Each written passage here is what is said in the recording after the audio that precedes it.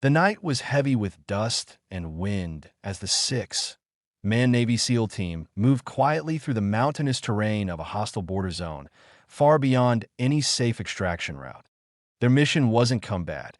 It was surveillance, tracking a rumored weapons convoy that international intelligence had been trying to locate for months. The operation planning room had been full of confidence hours earlier. Maps laid out, strategy sharp, the team briefing crisp, and Lieutenant Marcus Cross, the team leader, said what Special Forces always said before heading into the dark. Quick in, quick out. Nobody sees us. But the battlefield respects no promise, and only 3 hours after infiltration, the mission collapsed. The convoy wasn't just a weapons transport.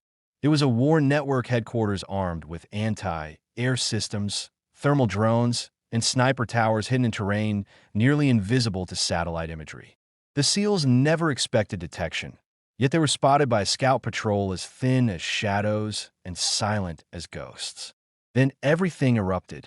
Bullets sliced through night air, rockets smashed into stone walls, dirt exploded beneath their boots, and the world became chaos as the SEALs ran for cover, returning fire only when it meant survival. Because this wasn't a fight, this was a trap they never saw coming.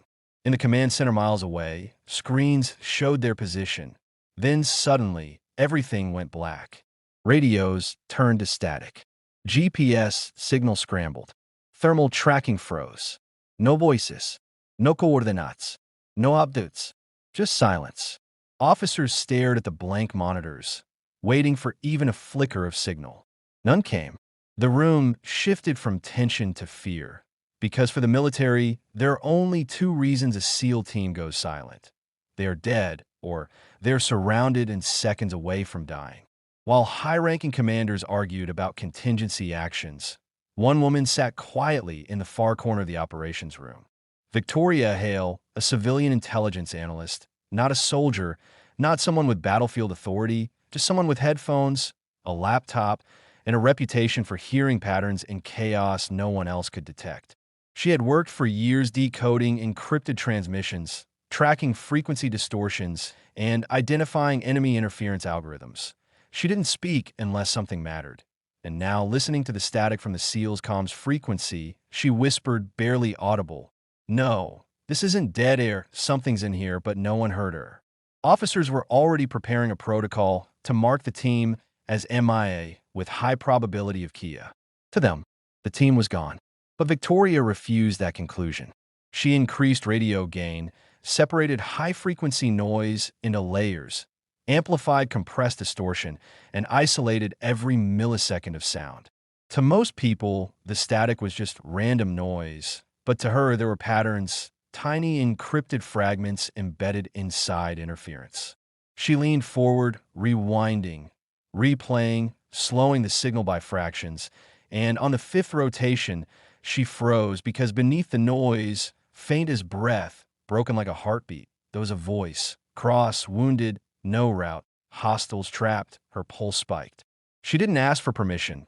She ripped off her headset, approached the operations table, and said with absolute certainty, "They're alive." The room erupted, disbelief, shock, arguments. Officers demanded proof. Victoria played the audio on full speakers, enhancing only the voice layer. And the room went silent not because it was clear, but because now everyone heard it, a whisper from hell. 6 down, 2 critical, request, evac, coordinates broken. 1 sentence confirmed everything. The team had survived, but barely. Now, the battlefield shifted. It wasn't about mission intelligence anymore. It was about rescue. But rescuing them was nearly impossible. The region was crawling with hostile fighters, anti-air weapons, thermal drones spotting anything that moved, sniper nests invisible even to reconnaissance aircraft. A normal rescue would only add more dead bodies. Still, Victoria wasn't thinking about difficulty. She was thinking about the signal. She needed coordinates. But the message was fractured, the location encrypted automatically before transmission, now broken into corrupted frequency blocks. She reopened her decryption software, isolating the coordinate fragments, mapping frequency decay against terrain echo patterns. To an untrained mind, this was math chaos. To her, it was a puzzle. She worked while officers argued alternatives, while headquarters considered bombing the area to deny enemy technology access to U.S. bodies if recovery failed. She ignored all of it. She mapped the distortion to geographic topography, compensating for atmospheric interference, calculating the distance of signal bounce against rock density. Then, suddenly, numbers appeared, coordinates. She slammed her hand on the table. There? That's where they are. The map showed a steep ravine surrounded by 3 elevated cliffs, tactically disastrous ground. The SEALs were pinned with only one direction not yet overtaken, and even that path was narrowing as enemies advanced. The extraction commander shook his head. No air approach, no safe convoy route. We can't reach them. Victoria didn't blink. She adjusted her glasses, pulled up satellite terrain layers, and said, "Yes, you can, but not directly." She mapped what no one else saw. A natural terrain corridor shielded by elevation angles that blocked drone detection and radio triangulation. It wasn't made for travel. Steep, narrow, unpredictable, but it was the only route where enemy surveillance wouldn't detect movement. She turned to the commander and said, "Send a Ranger extraction team through this route. Move now, or they die." There was no time to debate. The commander gave the order. The extraction team moved, 20 operators silent and fast, following the path she mapped step by step. Meanwhile, in the ravine, Lieutenant Cross and his men were bleeding, exhausted, barely conscious. One soldier, Ramirez, had already gone pale, pulse fading. Another, Jensen, had taken shrapnel to the leg and was fighting to stay awake. Cross kept repeating messages through his breaking radio. Anyone receiving, "We are alive. We held out. Don't leave us." He didn't know someone was listening. As the rescue squad moved, enemy radio traffic increased, and Victoria intercepted every word. She wasn't just listening now, she was playing chess. She jammed enemy frequencies for seconds when needed, misdirected drones by feeding them false heat signatures, and sent coded warnings to the extraction team. "Stop, sniper elevation ahead. Wait, move in 5 seconds, pass quietly." They followed her voice like a lifeline. Minutes became hours, and finally, the rescue team reached visual contact.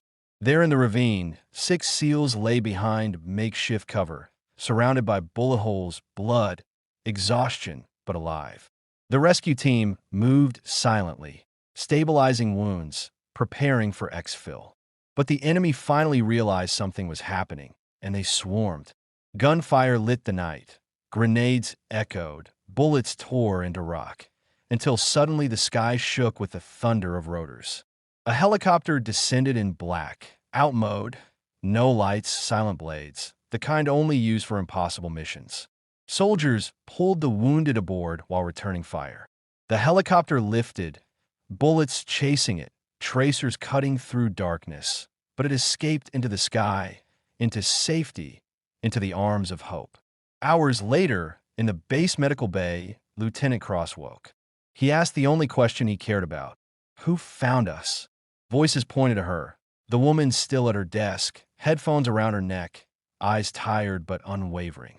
Cross approached her slowly, his voice rough, quiet, full of the weight of death avoided. "You didn't just find us. You saved us." She didn't smile, didn't boast. She simply answered, "I just listened." But everyone knew what she did was far more than listening. She refused to let silence become a grave. From that moment forward, no one ever called her just an analyst again, because now the military understood something they had forgotten. Heroes aren't defined by the weapon they carry, but by the courage they act with when the world believes hope is gone.